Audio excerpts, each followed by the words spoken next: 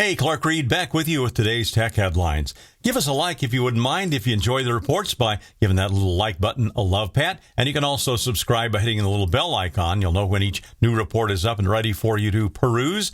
In a rulemaking, at least a proposed rulemaking, the FCC, what they call a notice of proposed rulemaking, they have started looking into making phone carriers unlock phones from their service after 60 days. According to TechCrunch.com, the Commission plans to further study how this will work out with current plans and phone buying trends. For years, carriers have subsidized phone prices if a customer signed up for, say, a 2-year contract, and they made up the difference in the monthly payments for the phone plus the fees for the service. Chairwoman Jessica Rosenworcel wrote, "When you buy a phone, you should have the freedom to decide when to change service to the carrier you want and not have the device of your own stuck by practices that prevent you from making that choice. This is why we're proposing clear nationwide mobile phone unlocking rules." We should know more about the proposed rule when the full notice is published in July. The Supreme Court yesterday tossed claims that the Biden administration coerced social media platforms into censoring users by removing COVID and election-related content. ArsTechnica.com reports the 6-3 vote found that none of the plaintiffs had standing to have brought the case in the first place. One individual was suing on behalf of his brother. No, you can't do that.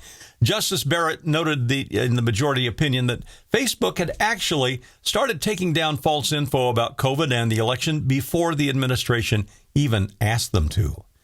We've reported lately about the $2 trillion companies, Microsoft, NVIDIA, and Apple, and how NVIDIA had passed up Apple and even Microsoft for the top spot for a bit anyway. Alphabet got into this exclusive high-rolling club in April, and now GeekWire.com says Amazon has joined this rarefied group of the world's most valuable companies. Amazon stock up over 30% this year and over 50% in the past 12 months. So there you have it. The top 5 most valuable companies on Earth no longer include any oil companies, banks, or industrial firms. They're all tech. Microsoft, NVIDIA, Apple, Alphabet, and Amazon. Google is adding 110 new languages to Translate. It's the biggest expansion ever for Google Translate. TheVerge.com notes there were already 133 languages supported, so this brings the total up to about 243 supported languages. A number of these languages are related to others, and Google used their Palm 2 AI language model to help add them. One of the most requested languages was added, Cantonese. Isaac Caswell of Google says because Cantonese often overlaps with Mandarin in writing, it's tricky to find data and train models. Caswell said about a quarter of the new languages come from Africa. I'm Clark Reid, and you're Technified for now.